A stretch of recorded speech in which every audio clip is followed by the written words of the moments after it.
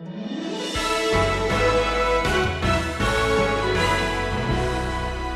matter how untimely or difficult the events of your life become, which are played out on the stage of your own experience, don't miss the very practical truth that's right now parading across a Persian stage, that God is backstage. In fact, He's written the script. His hand is in the glove of history, but listen, it's in the glove of your history, too.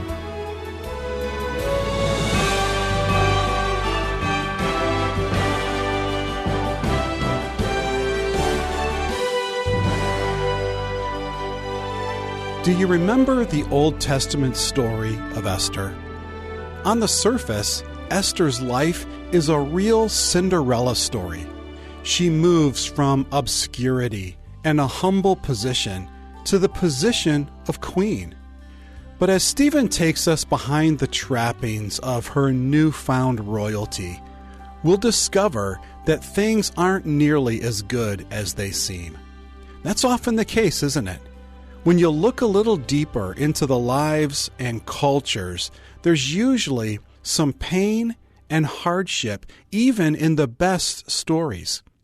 This is wisdom for the heart.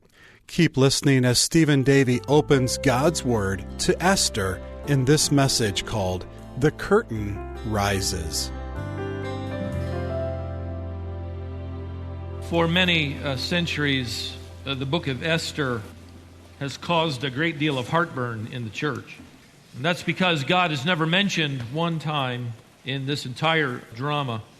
Martin Luther, the reformer, didn't like the book of Esther at all. As a matter of fact, he said it included, and I quote, too many heathen unnaturalities. And it does, by the way. John Calvin, the reformer, never preached a sermon from the book of Esther, nor did he include it in his commentaries. In fact, for the first 700 years of church history, not one commentary was produced on the book of Esther. The Jewish people, on the other hand, revered the book, as you can well understand and imagine. For centuries, we've understood that the absence of God's name in the book of Esther is one of the major points of the book. The point is this: even in the shadows, you discover that He is the shadow sovereign. Esther, in fact, has become one of the greatest revelations of the providence of God in Scripture, that God fulfills His purposes as He manages the events of world history. J. Vernon McGee used to say it this way, that providence is the hand of God in the glove of history. I like that.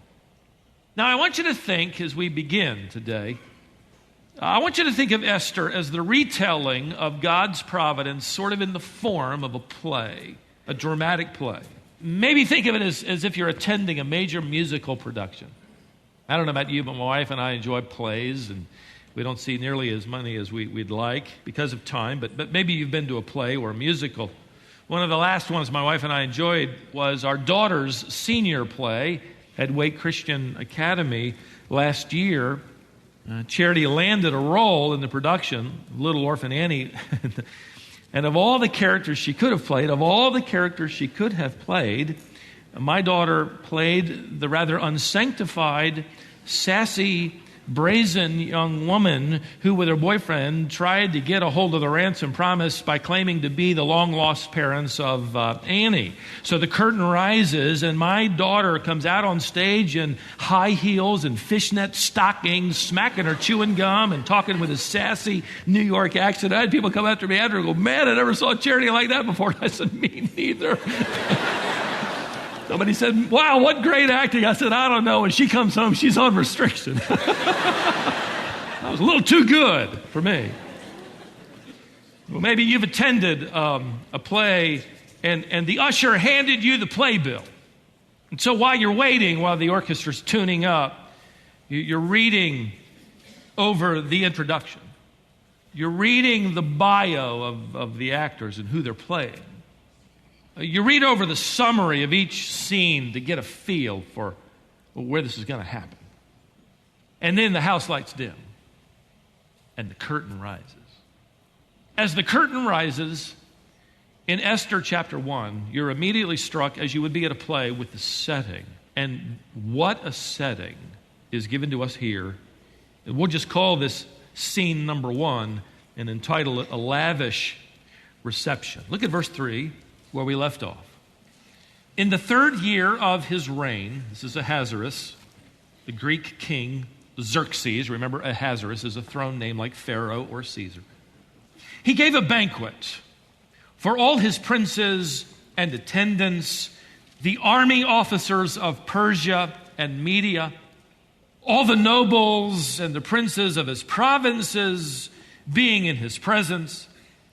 And he displayed the riches of his royal glory and the splendor of his great majesty for many days. As a matter of fact, for 180 days.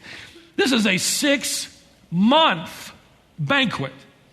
He had to have had a lot of money. He was rich. And paying for this reception wasn't nearly as difficult for him as you paying for your daughter's wedding reception. It lasted an hour or two, right? Only the best for your daughters, right? Right? I happen to think that Smithfield's barbecue is the best, okay? So we're headed. Well, that isn't on the menu here. In fact, you need to know that this is not some kind of extravagant banquet just to eat food. The 3rd year of the reign of Ahasuerus corresponds historically to the Great War Council of 483 BC, held at the palace of Susa. It was at this council where the king met with the leaders of his vast empire to convince them that they could all successfully march upon and defeat the Grecian Empire. Greece and Persia are the 2 superpowers of this generation. And so this banquet is intended to prove beyond any shadow of a doubt to his subjects that he was everything he boasted he was, the king of all the earth. So one inscription read.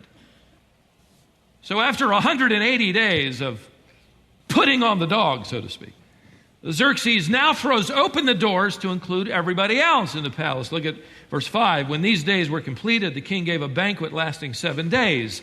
That's a week.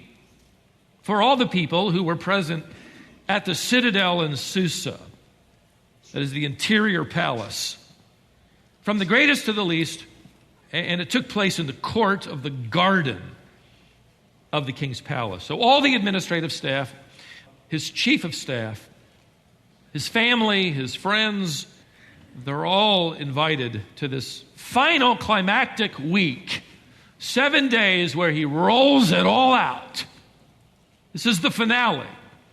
In fact, some of the details are given to us of his wealth and the luxury of this setting, this scene. Look at verse 6. There were hangings of fine white and violet linen, held by cords of fine purple linen on silver rings and marble columns. We've uncovered the fact that these columns came from Solomon's temple.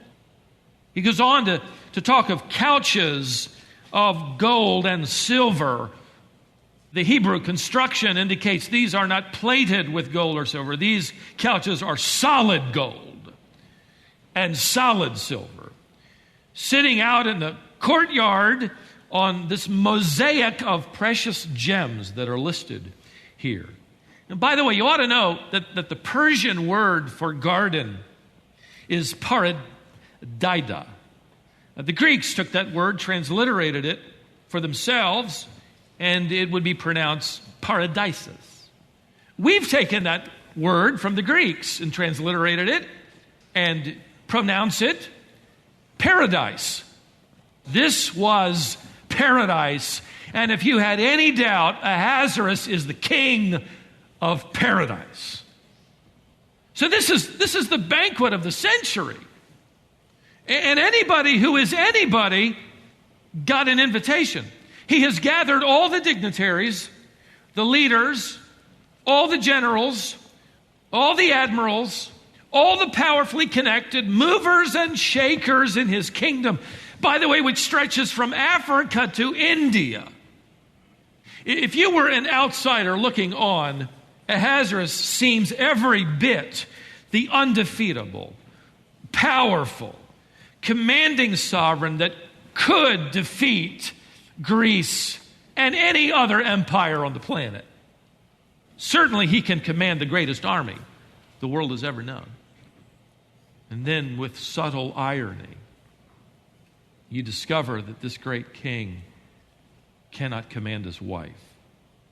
So as we leave the lavish reception of scene 1, scene 2 opens with what we'll simply entitle a lascivious request. Would you notice the comment, by the way, first back in verse 9 that informs us that Queen Vashti also gave a banquet for the women in the palace which belonged to King Ahasuerus. So somewhere else on that incredible palace grounds, she's holding a banquet. Now, the reception then of Xerxes would have been, according to the custom here, for men only.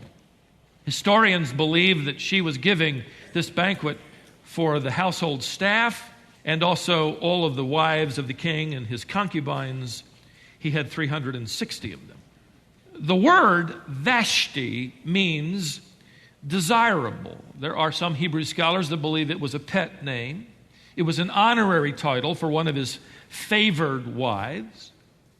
Now watch what happens on the last day of all this feasting. Verse 10 informs us, when the heart of the king was merry with wine, he commands these 7 eunuchs who serve him, verse 11, to bring Queen Vashti before the king with her royal crown in order to display her beauty to the people and the princes, for she was beautiful. And now we know from history that the Persian women were not required to cover their faces with veils. As the queen, one of the queens, perhaps the favored queen of the kingdom, she's already appeared in public, more than likely at some point in time during the 6-month reception, as well as other state functions. People have seen her. They would already have recognized the beautiful face of this favored wife. So what's going on? The Jewish Midrash, it's a commentary that goes all the way back to the 2nd century, explains that the queen was being commanded to actually arrive unclothed, decorated only by the crown jewels. Now, I'm embarrassed to have to tell you that. What was actually going on, in fact, we're going to be embarrassed together a few times in the book of Esther as we take it at face value, but there's just no way to sanitize this. That's why verse 10, by the way, gives us the added insight. This happens, the king requests this when his heart was merry with wine. That's a long way of saying when the king was drunk. And we can be fairly confident that most, if not all of his guests were drunk along with him. Herodotus writes this about the Persian culture. He said it was so promiscuous that it was common for powerful and influential men to parade their wives and their concubines unclothed in order to show them off to one another to compete in this manner. You say, how wicked is that? Ladies and gentlemen, we're not very far away. This is Daytona Beach during spring break. This is Mardi Gras. This is tied up with the promise that whatever you see and do in Vegas stays there. This is the local gentleman's club where everyone but a gentleman will go. This is the billion-dollar pornography industry. This is the bachelor party you should have walked away from. The spirit of Ahasuerus is alive and well, ladies and gentlemen. This isn't just for way back there in Persia. Frankly, you might expect Ahasuerus to demand what he just demanded. In this culture, this pagan heart of his, he had 360 concubines and several wives to order around. You would expect that from this kind of man. He wants his guests to envy and admire everything about his life. And so he's selected this to be the grand finale. What you do not expect is verse 12. But Queen Vashti refused to come at the king's command delivered by the eunuchs. I love that. The main attraction, here's the cue. She refuses to come out on stage. And everybody just sort of, winds their watch, not sure what's going to happen. All of a sudden, you have the supreme commander, showing off for 6 months that he can command the empires of the world, and yet at this moment he can't command his wife. Verse 12 continues, then the king became very angry and his wrath burned within him. Now pretend you're in the audience. There's a commotion backstage. You hear loud whispering, and everybody can hear the whispering. Something's going on. Something obviously wrong. And then the messenger who left to go out to bring the queen back, he comes back in without her. Can you imagine that messenger going over to the king and leaning down and whispering in his ear, she's not coming. His face turns red and then purple. He has been denied. But wait a second. I am the king of all the earth. I love this scene. The queen in the other room is saying, it ain't going to happen. Or however you say that in Persian. I don't know. But you're dreaming.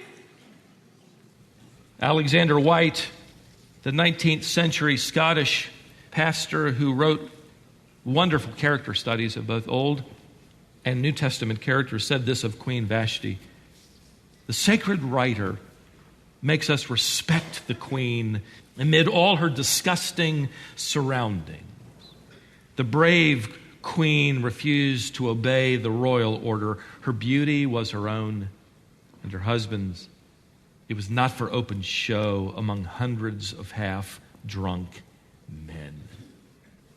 We need to just stop and admire this woman.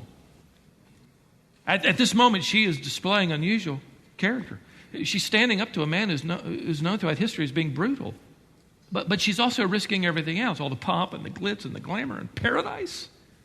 She's willing to walk away from paradise rather than become a sexual pawn for a little insecure man. She's willing to sacrifice her crown for the sake of her character. And we're going to be introduced next time to a woman who's willing to sacrifice her character in order to win the crown. So early on in this dramatic presentation, you're faced with the question, what's your character worth? Can you be bought? How far are you willing to go to win praise and be part of the crowd? Have you ever lost anything for doing something right? Maybe a passing grade. Maybe a sales contract. Maybe a relationship. Maybe a job. I want you to take heart from this dramatic presentation played out on the stage of history. It will cost Vashti everything. She will disappear from the annals of history. But back to the story. We've got a problem. The king he's got a big problem on his hands. He's supposedly able to command the greatest empire on the planet. He's supposedly able to command the greatest army on the face of the earth. He's just been slam dunked by his wife in front of all the dignitaries, in front of all the admirals and all the commanders and all the generals, all the leaders that he's been trying for 6 months to convince them to follow him into battle. Now, what he should have done is order a big pot of coffee and drink it all, sober up, and go apologize. But he doesn't do that. Scene number 3 opens, and we'll call it a ludicrous reaction. Now, 7 men come on stage. Verse 13 tells us these are the wise men who know the law and understand the times. We're told at the end of verse 14, these are the 7 princes of the kingdom. They had access to the king's presence and sat in the first place in the kingdom. These are his closest confidants. You see what's happening. He gets up, he excuses himself, and he leaves, and he's going to try to make it look like it's something to do with the law. Let me take you to verse 16. This is the first thing they do here is they butter up the king's wounded ego. Notice the exaggeration. In the presence of the king and the other princes, Memucan, that's one of the 7 wise men, he said, Queen Vashti has wronged not only the king, but also all the princes and all the peoples who are in all the provinces of King Ahasuerus. Man, this is worldwide. Now notice, for the queen's conduct will become known to all the women causing them to look with contempt on their husbands by saying, well, hey, King Ahasuerus commanded Queen Vashti to be brought into his presence, but she did not come. Never mind what he asked her to do. So verse 18, the ladies of Persia and Media who have heard of the queen's conduct will speak in the same way to all the king's princes, and there will be plenty of contempt and anger. In other words, we're all in trouble with our wives. Our wives hear about this. Oh my, skillets will be flying, laundry piling up, dishes in the sink. We don't even want to go home. So we got to pass a law. Please, pass an edict. Pass it quickly. We got to stop this national disaster before it gets out. Here's their brilliant advice. Verse 19. Let a royal edict be issued. Let it be written in the laws of Persia and Media. It can't be repealed. That Vashti, notice he's dropped the word queen already. That Vashti may no longer come into the presence of King Ahasuerus. Let the king give her royal position to another who is more worthy than she. Interesting. When the king's edict, which he will make, is heard throughout all the kingdom, great as it is, then all women will give honor to their husbands, great and small. How many of you guys are thinking, this is a great idea? I like this book. Wow. And the king even further clarifies the edict. Look at verse 22. That every man, here's the edict, that every man should be the master of his own house. Can you imagine some guy getting this in the mail? Oh man, this is what I've been needing. This is what I've been missing. Can you see him taping it up on the window by the kitchen sink and then one on the living room wall and then putting one on the dash of the minivan? And anytime the little wife disagrees, but what about, memorize it, honey. This is crazy. How many of you guys are still saying, but let's give it a shot? What do you say? Yeah, I'll frame it. No. If you've been married longer than 2 days,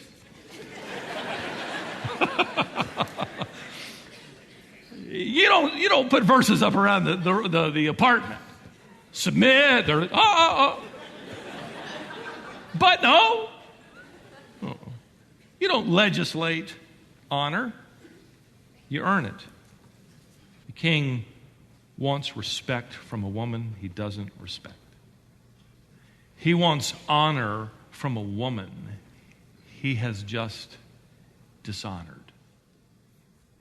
But he says, I want to skip all that stuff. I'm going to make it an edict.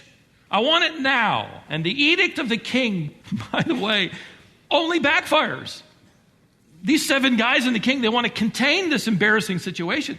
But guess what? By sending out the edict via royal mail, the Pony Express, which they invented, the king does nothing more than publicize it throughout the kingdom. They're all afraid that all the women of the kingdom are going to stop obeying their husbands as soon as they hear about Vashti's disobedience. Yet by sending out this royal edict, they actually ensure that every woman hears about it.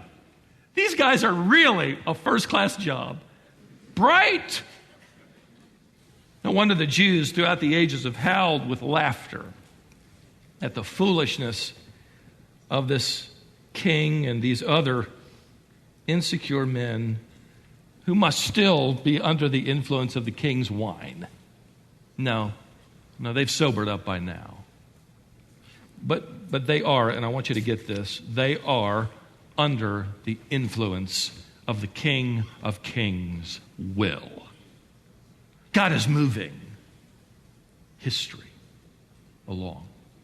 No matter how untimely or difficult the events of your life become, which are played out on the stage of your own experience, don't miss the very practical truth that's right now parading across a Persian stage, that God is backstage. In fact, He's written the script.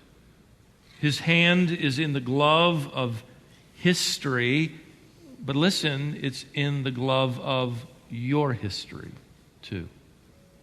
No matter how helpless you might feel as your own drama unfolds, God is managing every scene.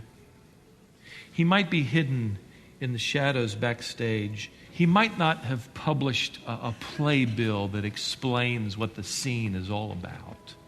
Don't you wish He did? But He didn't. But He's running the show. It's his show. One author writes, don't fall into the trap of thinking that God is asleep, even when it comes to nations, or that he sits in heaven wringing his hands when it comes to some godless ruler who makes rash or even foolish decisions. This is the wonder of God's providence, working behind the scenes, bringing out of even the most carnal and pagan, secular of settings, a decision that will set his perfect plan in place. You know what Esther chapter 1 is all about? Esther chapter 1 simply shows us how God arranges for a position to be opened up in the greatest kingdom on earth. A position that's going to be filled in just 16 verses by an orphan named Esther. A girl who will become a queen, who will influence the king in order to rescue the people of God.